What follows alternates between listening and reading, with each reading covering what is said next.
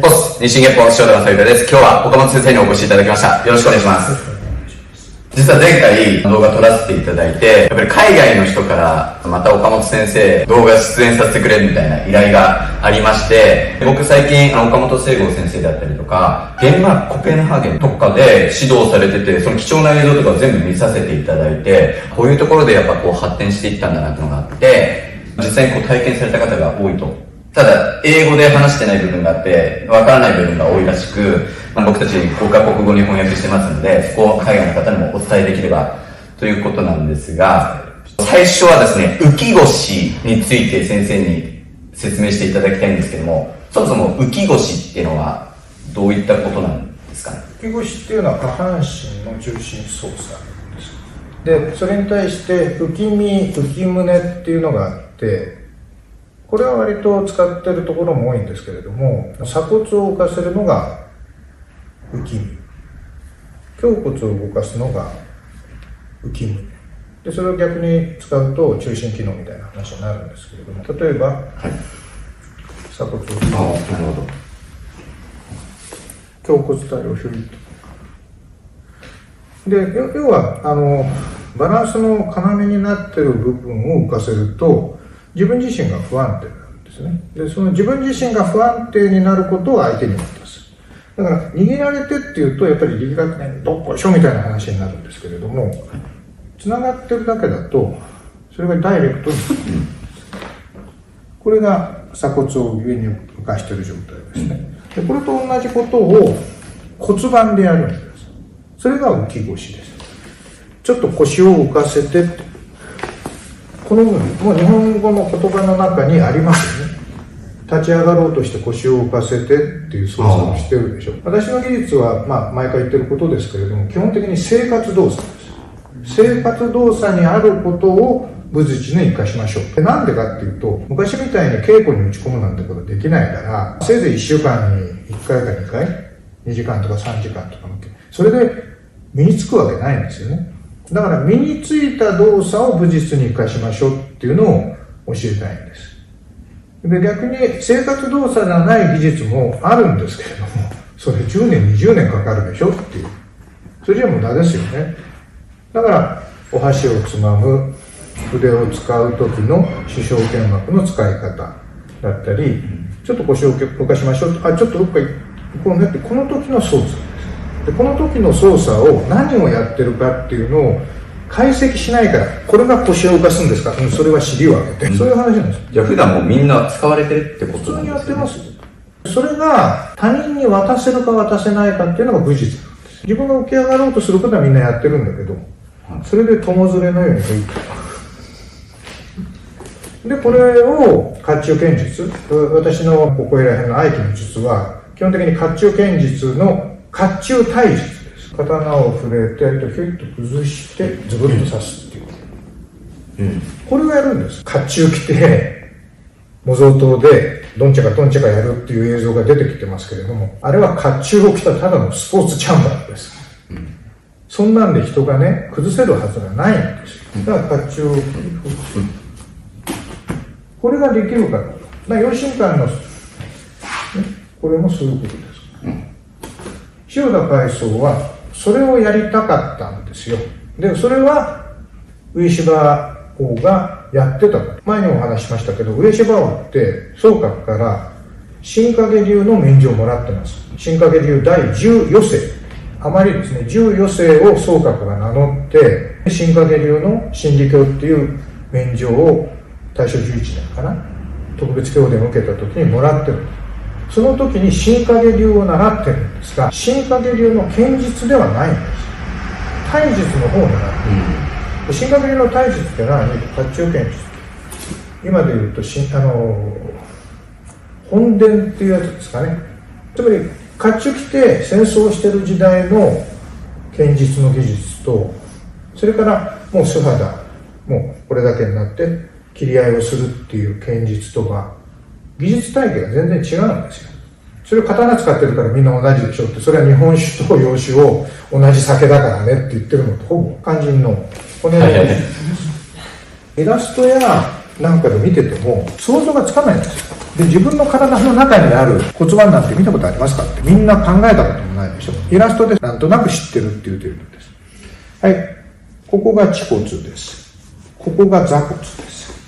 ここが腸骨です。この3つが付着して1つになったのを寛骨と言います。その寛骨が本来は肩甲骨と同じでバラバラなんですよ。こういう歩くためには。で、それを立ち上がらなきゃいけない。二足歩行しなきゃいけないんで、本来は尻尾を動かす骨であった仙骨で繋ぐことになりました。ということはあまり動かなくなっちゃったんです。ここで青いこの部分ありますね。これが仙腸関節。骨と骨とがくっついている場所なんで、パッキンがついてます。それを仙腸靭帯と言います。通常、1、2ミリしか動かないとかって学者さんは言うんだけど、動くよって話。つまり、こう歩いていく時のモデルって、肩甲骨が動くでしょ。後ろ側も同じ、もともと、これでくっつけちゃいましたけど、同じメカニズムですよね。で、ここを歪ませなきゃいけないんですけれども、まず、はい、これが大腿骨頭ですね。こういうふうにカパッとはまっています。で、日本なんでこれしかできないんですけれども、こういう動き方をするのが、これが腰なんです。皆さん腰っていうと、ここの、ね、腸骨量を言うんですけどね、それは腰じゃない。ここの鼠径部。で、ここの鼠径部のここの部分ってかなり内寄りなんですよ。大腿骨こうでしょ。それがガツンとぶつかってると、ここなんですよ。太ももの中心でお腹にくっついてる部分を腰と言います。ここじゃありません。皆さんが思ってるのは骨の端です。ここです。これがこう動いてるんです。で、立ち上がろうとするとき、大腿骨は動かないで、骨盤だけがふっと動く状態を腰を浮かせるっていうんです。これ難しいんですね。こう乗っかっちゃうから動きが取れなくなる。なんで動きが取れなくなるか。その後上半身をよいしょって持ち上げなきゃいけないからです。だから静止させるんです。で、それは浮き腰ではありません。沈み腰です。腰が沈んでるよねっていう状態。で、浮き腰っていうのは逆にこうするんです。大腿骨頭から骨盤を引き剥がすような動きをすること。つまり、こういう状態です。肩甲骨といえば、こういう動き方です。これが、いわば片足だけじゃなくて、よいしょと、こんな感じですね。これをそのまま使うと、四股になるんです。四股って皆さんかかとを踏みつけることだと思ってますよね。本来の意味は四股を踏みです。四股目四股って言って、不細工な男のことを四股って言うんですけど、もう一つの意味が戦士、力士という意味があります。それが体を踏みつけてって、マオリの墓が同じです。ね。なんてやるのは、マオリの墓が日本の土俵入りの原型だと僕は思ってます。で、こうです。こうしたいんです。それを両方ふわっと浮かせることができるから、腰を浮かせられる。大腿骨頭から骨盤を引き剥がす作業です。大腿骨頭は、このままだと、パコッと外れちゃうんで、恥骨大腿靭帯、腸骨大腿靭帯、座骨大腿靭帯という靭帯3つがねじれて、これが大腿骨頭なんですよ。こうやってねじれてくっついてるんです。素直にこうなってないんです。それをふっと緩めるからなんです。つまり、浮き腰って力を入れる作業ではないんです。靭帯を緩めると、少し大腿骨頭と腸骨が少し外れるよね。で、外れた時にちょっと腸骨の方を操作すると体が動く。それが浮き腰なんです。腰を浮かせてっていう時にここに力入らないんです。ぐっとやると沈み腰になって、ふわっと浮かせると、で、ふわっとってどのくらい ?2 ミリ。2ミリ。靭帯が緩んで動くようになるのは、っていうか靭帯ってカチッと固まってます。強い組織ですから、そんなにビヨーンと伸びないんですよ。だから2ミリだけふわっと浮きました。その後、例えば大臀筋でよいしょってやって骨盤を引き剥がすように操作しましょうって。それがここの部分です。だから鼠径部と腸骨を動かす筋肉を使って、大腿骨頭から骨盤を引き剥がしましょうっていう、そういう作業が浮き腰です。反り腰という人がいるんですけど、それは仙骨操作で違うんです。仙骨操作するとこうなる。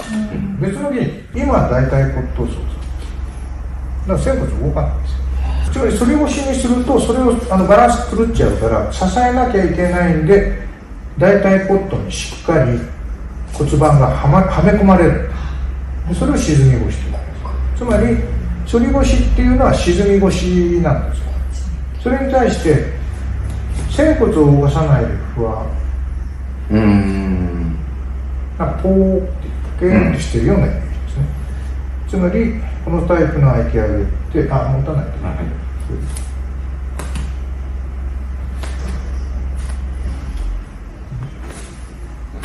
足としては同じ操作をされてるんですか？足は動かないんです。大腿骨と固定なんですよ。大腿骨、はい。そうしないと引き離せないんだから。足を一緒についてる。友連れで持ってっちゃうでしょ。つまりこんな感じですね。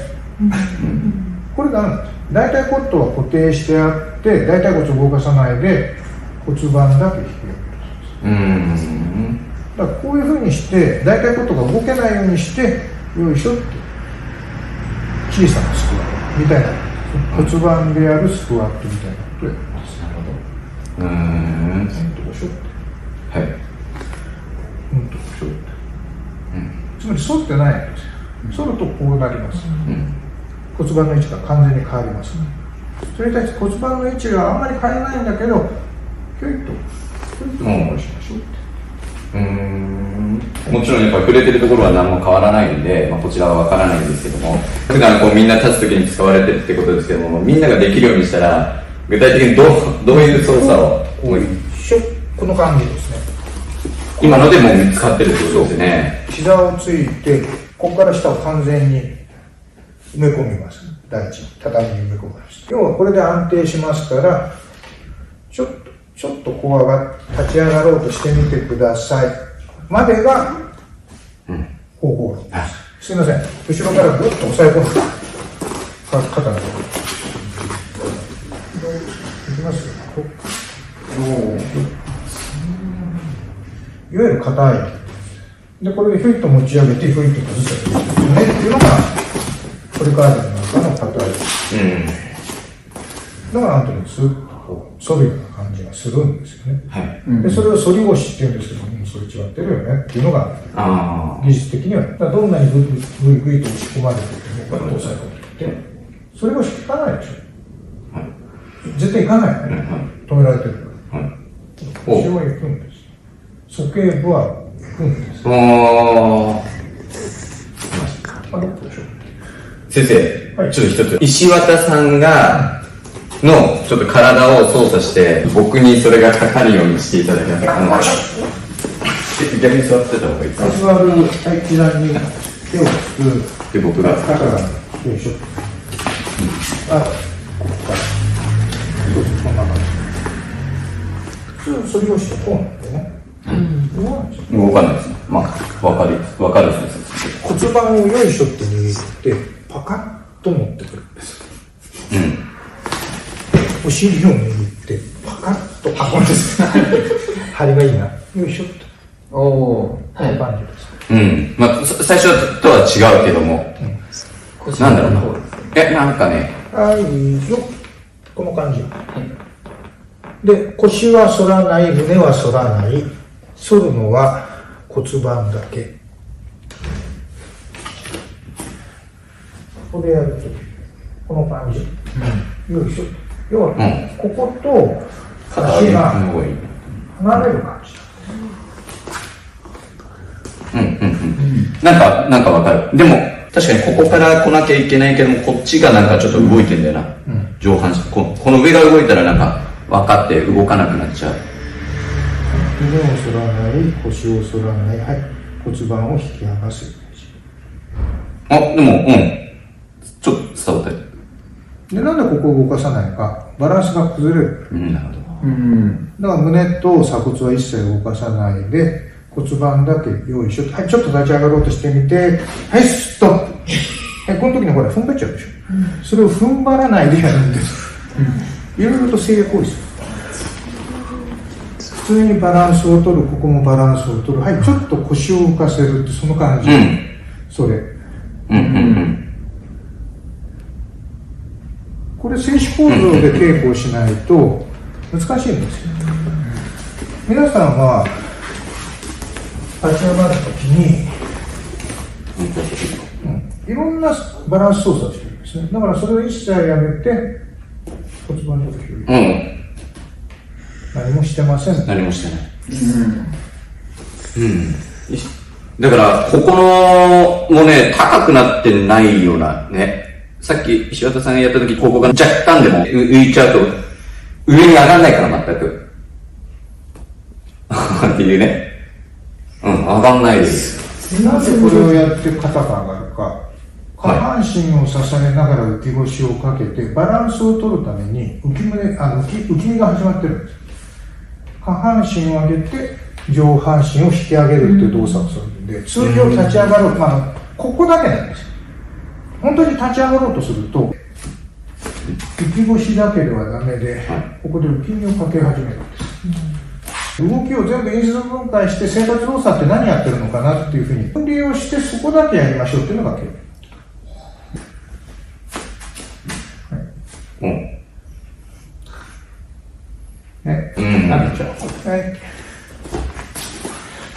こんな感じのシチュエーションがあったんです。ずっと押し込まれた。どこしょどこしょって聞かないから。なるほど。これ肩の操作ですか？肩動いてない。こういう感じ、そうじゃない。後ろ。なるほど。で、ちょっと倒して、で、小刀でずっとちょんと切るっていうのが、甲冑剣術って基本的に必ず裏に甲冑体術。みんなひっくり返して、頭でエイッと刺しました。一応型はそうなんですけどね。違うの。よいしょって。よいしょ。だって手間暇かけてやんないでしょ。こうやってどっこいしょ、崩しました。これで切ろうと思ったらバランス取り戻すんですよ。バランスを崩したままで、よいしょってやる。こういうことがもう、伝承が消えてるんです。これ刀なんです。だから手刀って正しく呼んでる。手刀でやって、あと、サク、サク、ズブみたいな。要はそういうことなんですね。